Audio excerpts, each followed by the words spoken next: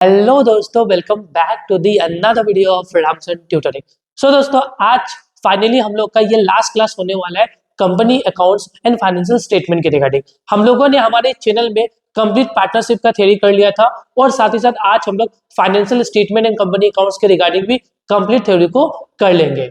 अगर आप लोगों को कंपनी अकाउंट्स और फाइनेंशियल स्टेटमेंट के रिगार्डिंग कोई भी डाउट हो तो जाके पिछले वाले वीडियोस में आप लोग देख सकते हो, ठीक है। और अगर आप लोग को कोई भी नोट्स वगैरह का नीड है financial statement and company account से रिगार्डिंग, तो हमारे इस चैनल में मैं आपको प्रोवाइड कर दूंगा और साथ ही साथ मेरा व्हाट्सएप नंबर है, उस पर आप मैसेज करोगे तो मैं आपको नोट्स कंप्लीटली प्रोवाइड कर दूंगा, ठीक है। ये मेरा व्हाट्सएप नंबर, इसमें व्हाट्सएप कर सकते हो, सॉरी 6462 होगा, इसमें व्हाट्सएप करो, मैं कंप्लीटली आपको नोट्स प्रोवाइड कर दूंगा।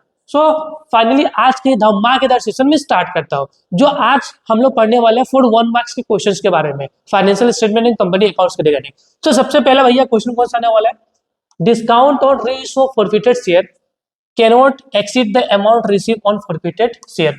मतलब जो अगर मान लो कि हम लोग शेयर को डिस्काउंट में रीइश्यू करते हैं, मतलब कि शेयर को हम लोग डिस्काउंट में रीइश्यू करते हैं, तो उसका अमाउंट ज्यादा होना नहीं चाहिए फॉरफिचर अमाउंट से, ठीक है। अगर फॉरफिचर अमाउंट से ज्यादा हो गया तो शेयर होल्डर के इंटरेस्ट को ये ब्रेक करेगा। तो शेयर होल्डर्स के इंटरेस्ट को बचाने के लिए हम लोग क्या करते हैं, जो डिस्काउंट में हम लोग इश्यू करते हैं ना, वो अमाउंट ज्यादा कभी भी नहीं होना चाहिए फॉरफिटेड अमाउंट से। तो पहला आंसर इसका क्या होगा? ट्रू, कि discount on reissue forfeited share कभी भी ज्यादा होना नहीं चाहिए receive on amount receive on forfeited share. तो ये आंसर क्या होगा आपका? ट्रू होगा, ठीक है।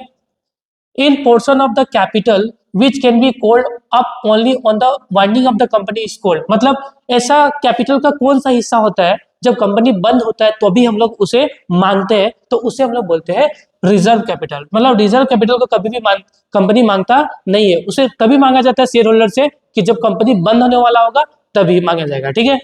तो ये हो गया आपका reserve capital. Interest on debenture is payable only when the company earn profit. गलत है, देखो जो डेबेंचर होल्डर होते हैं ना, उनको जो इंटरेस्ट पे किया जाता है वह सिर्फ आपके प्रॉफिट पे नहीं, लॉस भी होगा तो भी पे करना पड़ेगा। तो ये आंसर आपका होगा फॉल्स। फिर next, rate of interest on calls in arrear and calls in advance as per the table है। देखो कॉल्स इन एरियर पे आपका रेट्स कितना है? आपका 10% एंड कॉल्स इन एडवांस पे रेट कितना आपका? 12%, ठीक है। फिर next, debenture holders are the owners of the company. सही बात है, देखो सही बात है क्या? डिबेंचर्स होल्डर कभी भी कंपनी के ओनर्स नहीं होते, क्रेडिटर्स होते हैं। तो भाई ये आंसर हो गया आपका फॉल्स, ठीक है। फिर नेक्स्ट क्वेश्चन आपके लिए, एक company shares are generally transferable. Yes, company का शेयर को ट्रांसफर किया जा सकता है, तो भाई ट्रू है, ठीक है। Balance sheet shows financial position. एक बैलेंस शीट, कंपनी का बैलेंस शीट क्या बताता है आपको? फाइनेंशियल क्या बताता है? पोजीशन, ठीक है। और आपका स्टेटमेंट ऑफ पीएल क्या बताता है? Financial performance. ये भी याद रखना आप लोग, ठीक है। फिर as per the preference share holder get interest at a fix rate. भाई जो प्रीफरेंस शेयर होल्डर होता है ना, उसको डिविडेंड मिला जाता है, फिक्स रेट में डिविडेंड दिया जाता है, इंटरेस्ट नहीं। तो भाई क्या है? फॉल्स है, ठीक है। फिर financial statement of a company include. Financial statement में क्या क्या इंक्लूड किया जाता है? तो भाई देखो आप लोग, फाइनेंशियल स्टेटमेंट में बैलेंस शीट भी आता है आपका, सही बात है। प्रॉफिट एंड लॉस भी आता है, सही बात है। कैश फ्लो भी आता है। मतलब इसका आंसर क्या होगा? ऑल ऑफ दी अबव, तीनों ही सही है, ठीक है।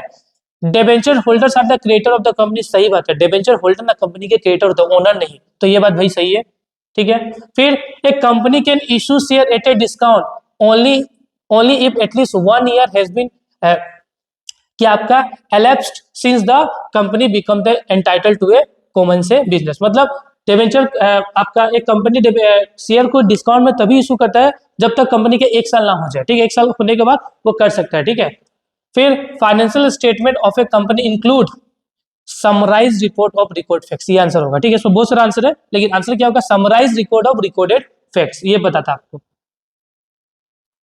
फिर next question, financial analysis is use only by the creditors. जरूरी नहीं है कि फाइनेंशियल एनालिसिस हर कोई यूज करता है, सिर्फ स्टेक होल्डर, सिर्फ क्रिएटर ही नहीं होते, और भी बहुत लोग, इन्वेस्टर भी यूज करेंगे, सबको यूज करेंगे। तो ये आपका होगा फॉल्स, ठीक है। The liability of every share holder of a company is limited. वो किस बात है? लाइबिलिटी शेयर होल्डर का क्या होता है? लिमिटेड होता है एक कंपनी में, ठीक है। Annual report is issue by a company to its share holders. मतलब जो भी कंपनी का एनुअल रिपोर्ट होता है ना, उसे शेयर होल्डर को इशू किया जाता है, ठीक है। फिर next, a company is required to publish is financial statement every year. एक कंपनी हमेशा हर साल फाइनेंशियल स्टेटमेंट को क्या करता है, प्रेजेंट करता है, ठीक है। Equity share holders are the owners of a company. जो इक्विटी शेयर होल्डर्स होते हैं वो कंपनी के क्या होते हैं भाई, ओनर्स होते हैं। देख लो, इक्विटी शेयर होल्डर कंपनी के ओनर्स कहलाते हैं। फिर next question, balance sheet of balance of share forfeited account are transfer after reissue is transfer to, मतलब जो आपका फॉरफिचर अमाउंट को क्या किया जाता है, जब मतलब ये लिखा ना, balance of share forfeited account after reissue is transfer to, जब री इशू का एंट्री पास किया जाता है तो फॉरफिटेड अमाउंट को कहां में ट्रांसफर किया जाता है, कैपिटल रिजर्व में, ठीक है। A preference share holder gets interest at a fixed rate, नहीं गलत है, फॉल्स होगा, क्योंकि इसको क्या मिलता है, डिविडेंड, प्रेफरेंस होल्डर को डिविडेंड मिलता है, ये तो पहले भी हम लोगों ने पढ़ा था। एक company as a separate legal entity different from its member, सही बात है, ट्रू है। कंपनी का अलग से पहचान होता है, ठीक है ना, कंपनी अलग होता है, ठीक है, और उसको ओनर्स अलग होते हैं, ठीक है। The portion of the capital which can be called only of the winding up, मैंने पहले भी बताया कि ऐसा कौन सा कैपिटल कैसा होता है जब वाइंडिंग अप में ही माना जाता है, तो वो होता है भाई रिजर्व कैपिटल, इसे मैंने पहले भी पढ़ाया था आप लोगों को। फिर next, the company has a separate legal entity apart from its member, मैंने बताया था कि कंपनी अलग होता है, उसका मेंबर अलग होता है। फिर देखो यहाँ पे, the portion of the authorise capital which is offer to the public for sale in the form of shares is called issue capital. मतलब ऑथराइज कैपिटल, मतलब देखो एक कंपनी जो शेयर इशू करता है, ठीक है, मतलब किसी भी पब्लिक को जो शेयर ऑफर करता है उसे हम लोग इशू कैपिटल बोलते हैं। मतलब कंपनी का ऑथराइज कैपिटल 10 लाख रुपए है और कंपनी ने 5 लाख शेयर पब्लिक को ऑफर किया, ऑफर को हम लोग क्या बोलते हैं, इशू कैपिटल। क्या बोलते हैं भाई, इशू कैपिटल। इस तरीके से आपका 1 मार्क का क्वेश्चन होता है फाइनली कंप्लीट। सो मिलते हैं हमारे नेक्स्ट वीडियो में, जहां पे मैं और इंटरेस्टिंग टॉपिक्स लेके आऊंगा जो आपके accounts and BST and eco के रिगार्डिंग ही होने वाला है। सो मिलते हैं हमारे नेक्स्ट वीडियो में।